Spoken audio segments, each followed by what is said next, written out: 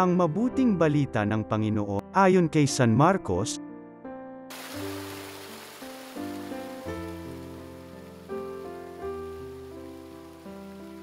Noong panahong iyon, lumapit ang isa sa mga eskriba kay Jesus at tinanong siya, alin pong utos ang pinakamahalaga?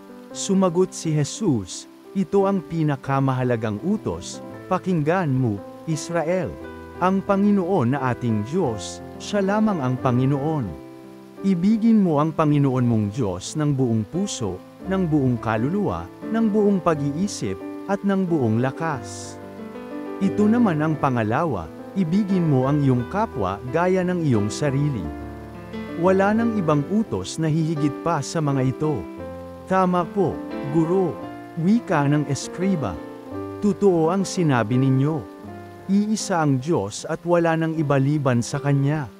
At ang umibig sa Kanya ng buong puso, buong pag-iisip, at buong lakas, at ang umibig sa kapwa gaya ng kanyang sarili ay higit na mahalaga kaysa magdala ng lahat ng handog na susunugin, at iba pang mga hain.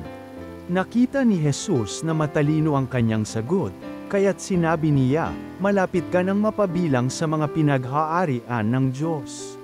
At wala nang nangahas magtanong kay Jesus mula noon. Ang mabuting balita ng Panginoon.